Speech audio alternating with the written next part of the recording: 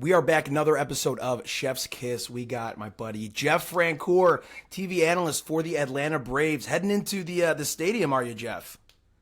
I am. I'm excited, man. I get to call this playoff series for TBS, me and Brian Anderson. So, man, when you look at this series, there's so much good stuff. They're Yeah. I think two of the best teams in baseball. So the chance to be able to call this series is going to be a lot of fun.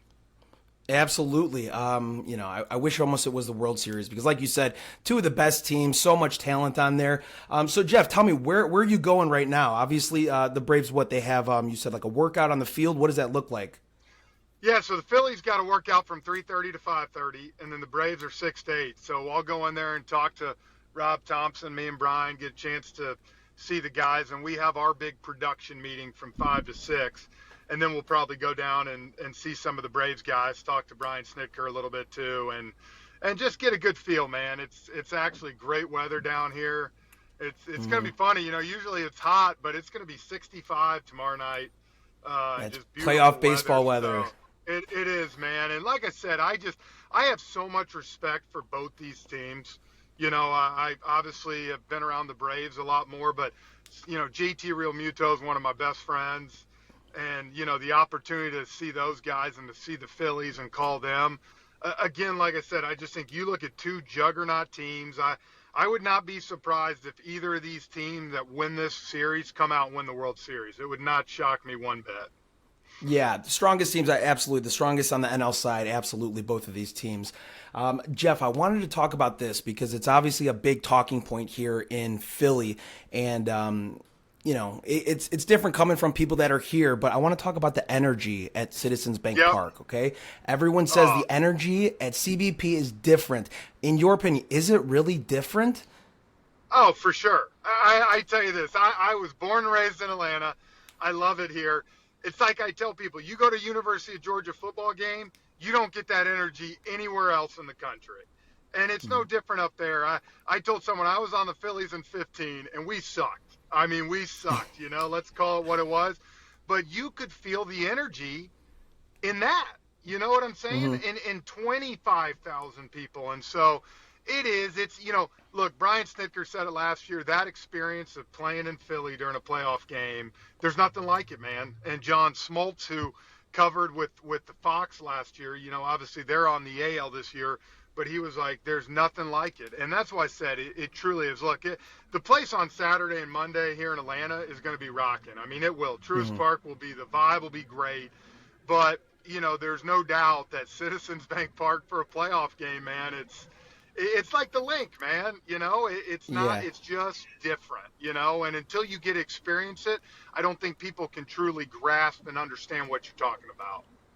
That's how I had to experience it. I was at the game on Tuesday, and it's just one of those things where it's like inside you can feel it reverberating. Outside it's crazy. The passion of the fans, you really can feel it. And some places, some fan bases just really are special. So I'm glad that you would agree with that because some people like to shoot that down and say, we have a great team here. But we've seen teams like the Rays, they can't get people to come out for a playoff game, for a wild card. No, and that's a sad look. The Braves fans have been incredible. They went over 3 million this year again. I mean, who wouldn't want to come watch that team, right? I mean, with Ronald Acuna and Matt Olson. But like I said, when it just comes to the playoff atmosphere of the thing, it's different. It's like I told someone, no offense to Penn State. I'm sure Happy Valley's awesome. It ain't University of Georgia at 7 o'clock versus Auburn on a Saturday night. It's just not. Places are built different. And Philly for sure is a sports town, a professional sports town that's just built different. Absolutely.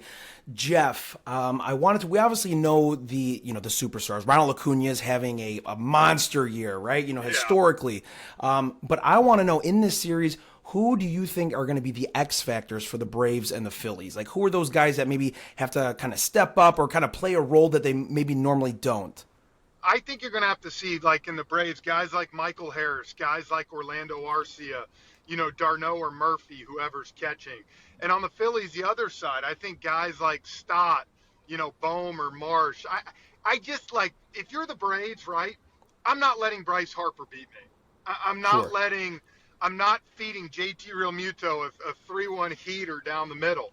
And if I'm Philly, you can't let Ronald Acuna beat you in certain situations. You can't let Matt Olson get hot. You know, he has great numbers up there at Citizens Bank Park. So I just think, look, those guys are going to get some hits.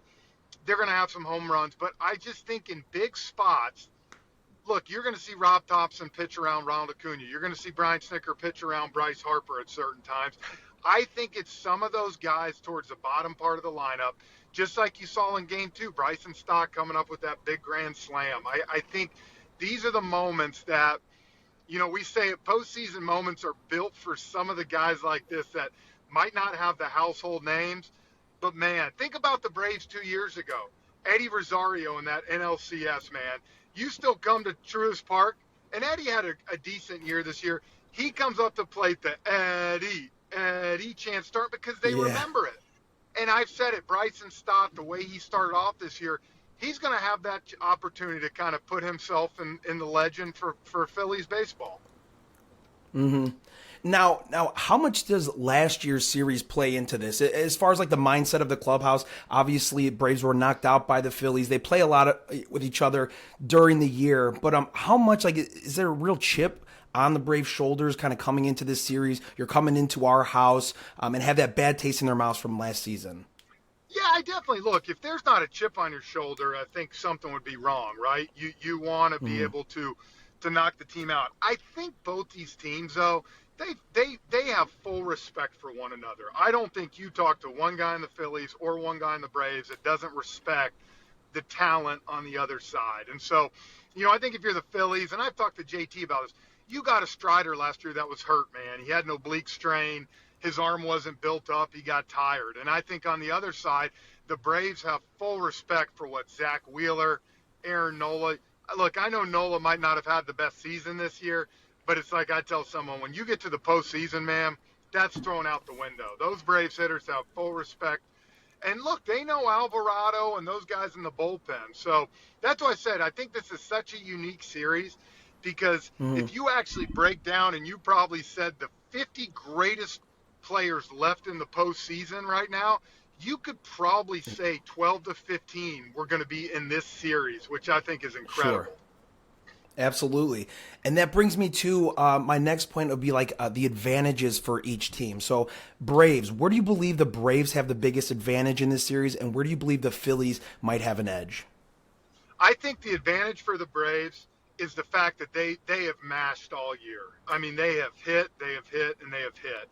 And, you know, the difference last year, the Braves struck out the second most in baseball. This year, they've struck out the fifth fewest times in baseball. So I think that's an advantage for them. They are able to put the ball in play and force pressure. So I've said it, the Braves are going to win by slugging.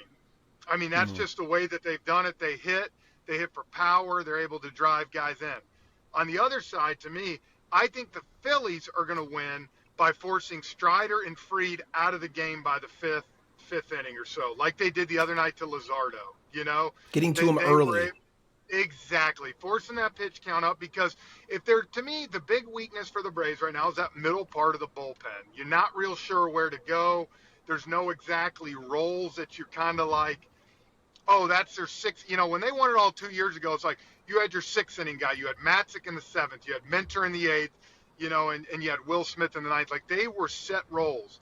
Outside of Iglesias and Minter, not really set roles for that Braves bullpen. So if the Phillies can get Strider and Fried out of the game, you know, or in trouble by the fifth inning, you know, I'll tell you, they're going to have opportunities to really put some runs up and force the Braves, you know, into situations they don't want to be in, right? That's what I always say. More uncomfortable.